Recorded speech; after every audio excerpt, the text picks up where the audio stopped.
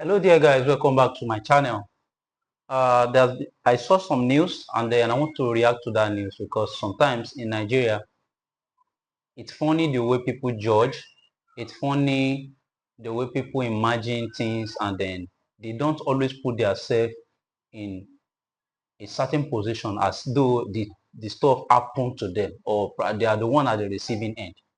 I made a video about Garnacho. I think uh, my last video was about Garnacho, which where I saw a picture of where he portrayed certain appearance, wearing Aston Villa's jersey with Rashford 9 at the back. And then I've been following the news of the fallout between Alejandro Garnacho and the Ruben Amorim of Manchester United. I've been following it for quite a while. After, I think, the Europa League final, I think he was supposed to start the match, but given a reason or two from the manager, I think he was benched and it caused an uproar. Now, you can have a problem with a manager. It is not something that is not common in world football. In fact, during matches, there are altercations constantly from manager to their players and players to manager. And then, but one thing that is significant is no matter what, managers are like employee of the club. And at a point, if the club is not interested or maybe if the club doesn't like the way the team is being managed, the manager can be changed. But the attitude of the player towards the club must remain constant because now this is a club who has believed in you and they have purchased and they've bought you, so to say, and that is where you are earning your weekly wages. Now, coming back to a team like Manchester United, you need to respect the team even when results is not forthcoming. You know that there's a building process ongoing. Now you can dislike your manager, but you don't disrespect your club, and I saw what he did as a blatant disrespect for the club Manchester United. See, the fact is I'm not a Manchester United fan, but when I see the truth I talk, because now many people just set camera and talk blah blah blah blah. I watched a video of B.I. Bernard. I respect him so much because he has put a lot into his craft.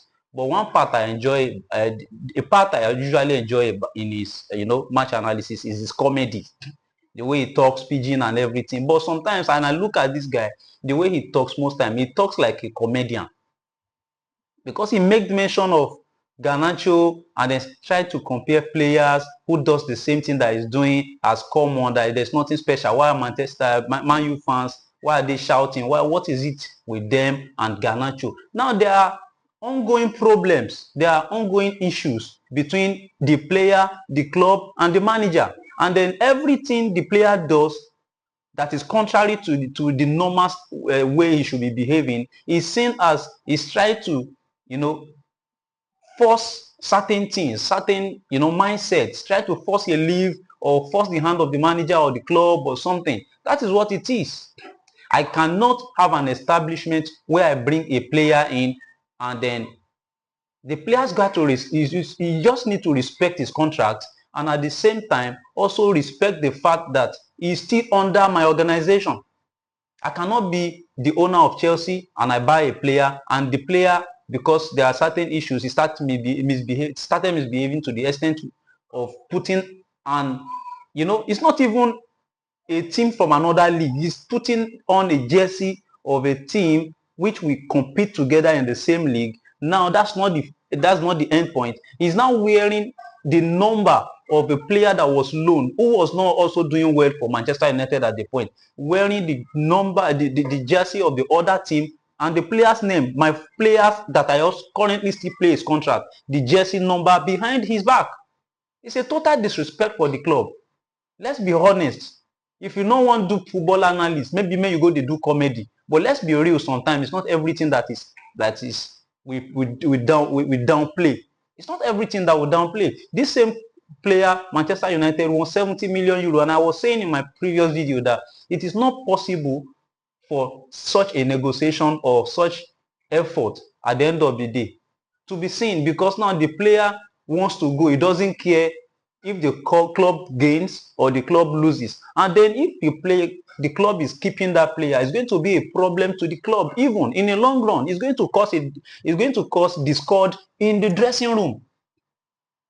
This was exactly what happened to Mason Mount. Or Mason Mount didn't even do up to this, but he was rejecting contracts. He was acting as if he was more than the club. At the end of the day, he was shipped to Manchester United. Chelsea made their money, of course, but at the end of the day, look at the level of the player. Is he hitting the level? Any player who is coming up doesn't act like that. Players who are mature, who have played for several clubs, can't behave like that, of course. But it's not even right. But let me just say, because of their profile, for you to act in such a way. There has been players who always act in such a way, and at the end of the day, they have themselves to blame. If things go, look at Mason Mount. I'm not happy, even as a Chelsea fan, the way his career went down in Manchester United. That's the truth, because he plays well. He gave us. He was one of the players who gave us the second Champions League, and he did very, very well. In fact, he was this player that is always consistent. But now he forced himself out. Couldn't have done it alone. He has people around him, maybe family and all those things pushing, or his family pushing him and everything. But look at the way it ended. Now, this same Garnacho wants to come to Chelsea. God forbid that he comes to Chelsea. God forbid, because these kind of players, their attitude will just scatter the dressing room. That's the truth. My manager is not. Jadon Sancho doesn't behave that way. I don't know why he's always falling out of favor with the managers and everything at the club, but it's best known to him. I don't know. I don't care. He's back to Manchester United now. It's no longer a Chelsea player, but I don't think he's behaving like this. You know, apart from the issue between him and what's the name of the former manager from Ajax, that he said he was not going to apologize, and they had their own personal beef and everything. But I don't think he was doing it, to ridicule Manchester United. It was an issue that they were unable to settle, and they had to go. And because a player cannot be more than a club. You understand? So that's an issue I want to talk about. Let people be sincere and real. The same way people castigate Victor Osimhen in this country because he refused to take a pay cut for Chelsea, he refused to do this, he refused to do that. Wait, do you know what it takes to become a successful footballer? Do you know how many years it took? Some people don't even get to that level. They try, spend money, and at the end of the day, still could not achieve it.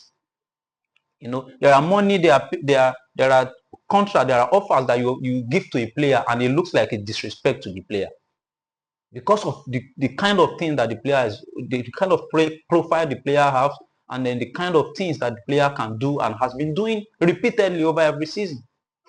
Okay, look at this. Is the Osimhen that we thought is finished when Napoli could not do anything, and he almost didn't play for a season.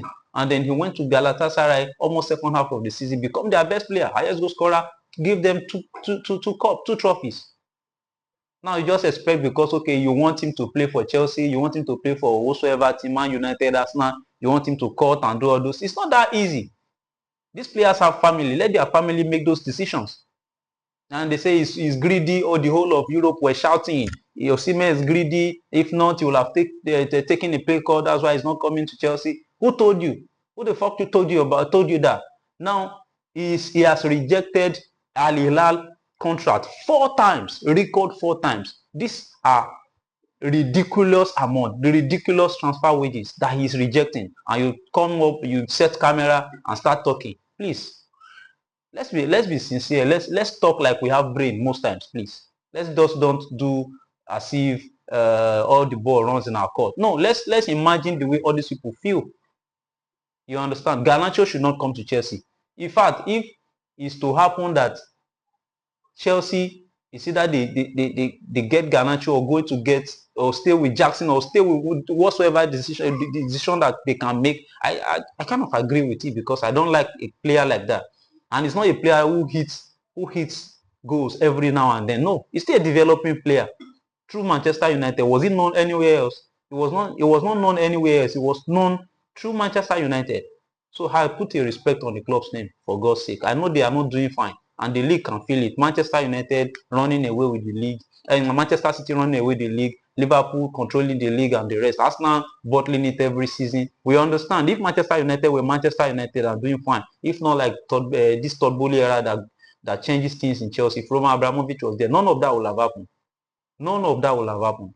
Every season, these clubs prepare what to do before the season starts, and at the end of the day, result is not far. They put pressure on the club, result comes out.